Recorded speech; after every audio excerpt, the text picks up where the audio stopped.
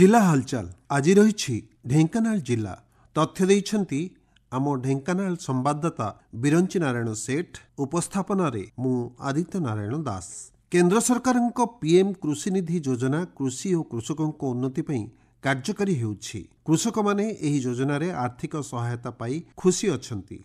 ढेंकानाल जिल्ला रे एही योजना विषय रे कृषक मानकु कृषि वैज्ञानिक और कृषि कर्मचारी माने सचेतन कराउछंती।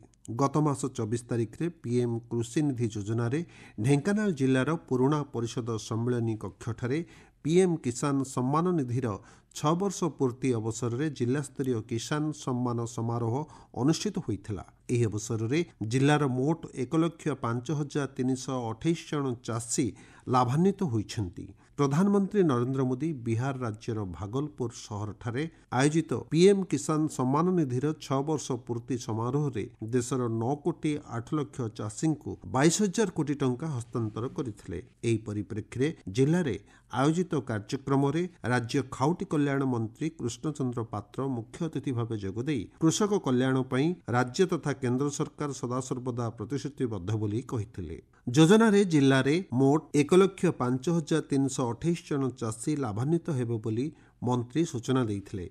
सेथि मध्यरु भुवन ब्लॉक रो 11,376 जन, ढेंकानाल सदर ब्लॉक रो 12,322 जन, गौंदिया ब्लॉक रो 14,058 जन, हिंदोल ब्लॉक रो 18,213 जन, कामाख्यानगर ब्लॉक रो 12,465 जन, कंकड़ाहाड़ ब्लॉक रो 10,414 जन, ओडापोड़ा ब्लॉक रो 9,571 जन, परजंग ब्लॉक रो 16,909 जन कृषकों खातार सीधासलख अर्थराशि जमा होइथिला।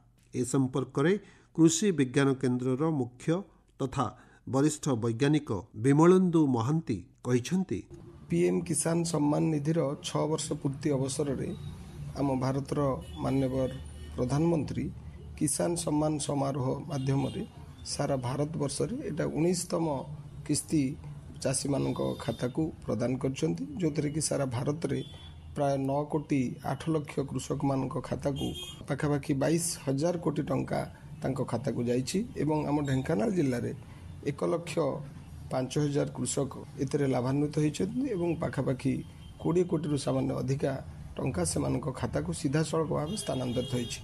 ये जो पीएम किसान सम्मान निधि योजना एतरे प्रत्येक कृषक परिवार को माननीय प्रधानमंत्री 3टी किस्ती दिए 2,000 टंका लेखाए वार्षिक 6,000 टंका प्रदान करिवार व्यवस्था रही, जहाँकि वर्तमान कृषक मानू से कृषि क्षेत्र में व्यवहार कर विभिन्न इनपुट किणापी सेटा साहाय्य करुछि एवं वर्तमान जो परिवर्तित परिस्थिति रे जलवायु जो परिवर्तन होउछि सेथरे कृषक माने जो क्षति सहउचंती ताकू मध्य केतेकांश रे भरणा करिवार साहाय्य करुछि।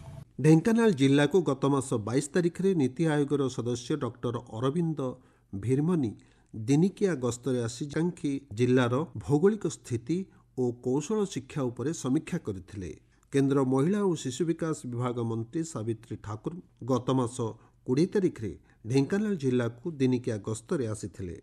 जिलार विश्व प्रसिद्ध जोरंदा मेला को मुख्यमंत्री मोहन चरण माझी गत मास 20 तारिख रे आसी महिमा गादीर उन्नति उपरे बाबा मानक सह आलोचना करथिले।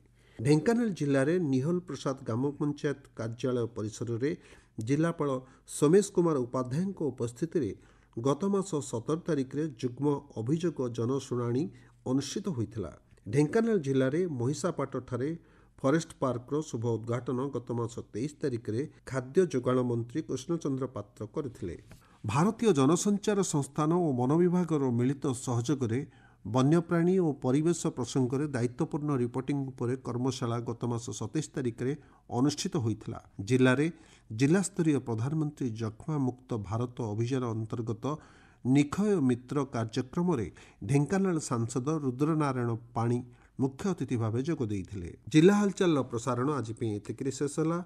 आसंता काली जिला हालचाल रे आपण माने सुनि परिबे गजपति जिला संपर्क करे।